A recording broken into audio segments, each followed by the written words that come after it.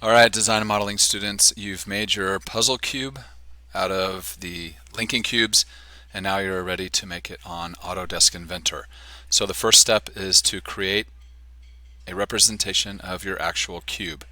So in Autodesk Inventor, you'll go to New, Part, and you will start a 2D sketch on the XY plane.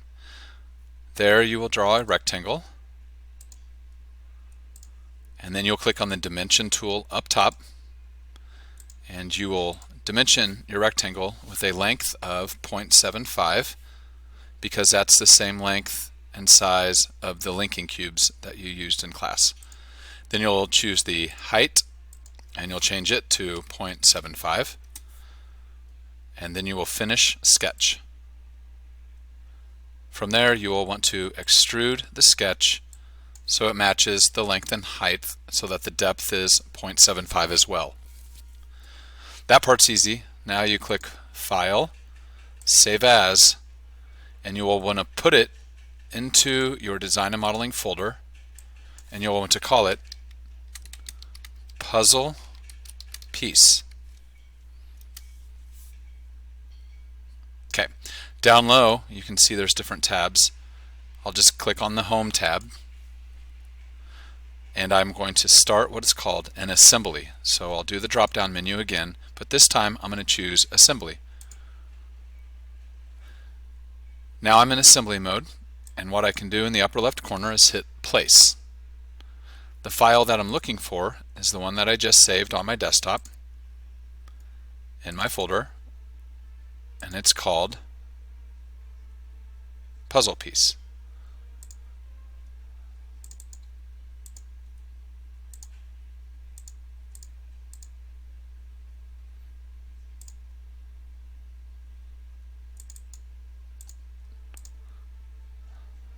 There we go, puzzle cube.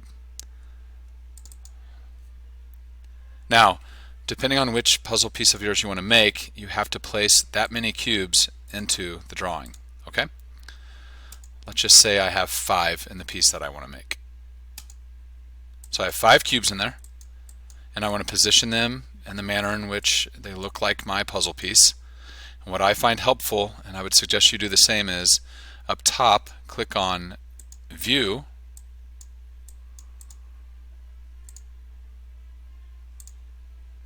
trying to move that out of the way, View, and go to Visual Style and hit Shaded with Edges. And now my cubes look a little bit different. I would then highlight all my cubes and change them to the color of the linking cubes that match the puzzle piece that I'm making. So let's just say the one I'm making right now is blue. So I'll find blue somewhere. There you go. Okay, so I got these blue cubes in there. Now, what you want to do is called constrain. So under assemble, because you're assembling these pieces together, you go to constrain. Okay, so when I click on constrain, this little option menu pops up. I'll just kind of place that to the side. I don't want to adjust anything. And then I come to my puzzle pieces. So I want this blue one to be on top of this blue one. Okay, so I choose an edge. I'll choose this lower right edge, and then I'll choose the top right edge of this cube, and it puts them together. Then you click apply. Then I want this edge to line up with this edge, and it puts those two together, and I'll hit apply again.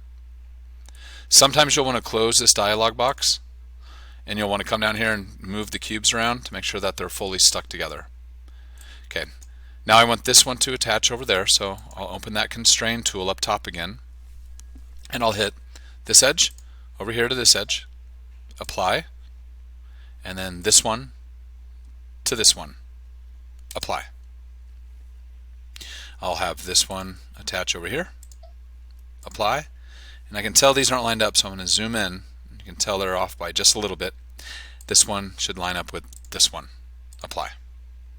And this one's going to go on top, so I'll choose this edge and place it up here and hit apply. Now I can't see this lower edge or this one over here, so every now and then you're going to have to grab your camera tool up here and kind of pull it around until you get to a position in which you can see the edges that you want.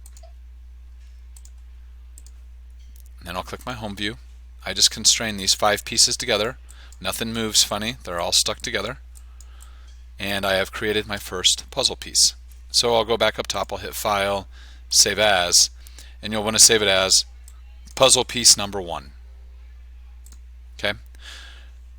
Then you go to Home, you start a new file, it's an assembly, and you repeat the process for your second puzzle piece. When you have finished all 5 puzzle pieces, you will create another final assembly, and you will place all 5 of your puzzle pieces of your puzzle cube into that final assembly. So I'm just going to highlight all of them, and I'll hit Open, and it will place all of them in there at once. And you'll space them out and position them, and you will go, just like I said earlier, View, Visual Style, Shaded with Edges. And now I can see the edges. Okay. Then you'll want to change the colors if it didn't save. So change all your colors so it matches your actual linking cubes that you made. It'll make it a lot easier to see than if you were to leave them all gray. So you just want to choose different colors. Okay. Now, when you put them together in here, choose one of the puzzle pieces that you want to stay in place.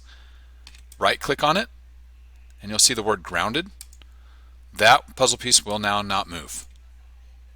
Then find the one that you want to attach to it. So I want this green one to attach to the top of it, but it's not in the right position. So I'm going to right click on it, and I will hit Free Rotate. And I can move that puzzle piece however I want. So position it the way you want so that it's going to sit and link to that grounded piece. So I want it like this. I'm going to drag it over. I'm going to hit Assemble and choose Constrain again. And just like you built the puzzle pieces, you want to line up edges. So I want this edge up here to link to this edge. Apply. And I want that edge to link to this edge. Apply. Usually 2 is enough if you choose the right ones. These are now stuck together permanently. Repeat the process with your next puzzle piece. Choose the one you want. Free rotate it. Go to Assemble. Choose Constrain. And start constraining it together to the other one. Just choosing edges 2 at a time until they line up the way you want. When you're all done, save it as puzzle piece, or I'm sorry, final puzzle cube, and then you're good to go. We'll move on from there. Hope that helps. Good luck.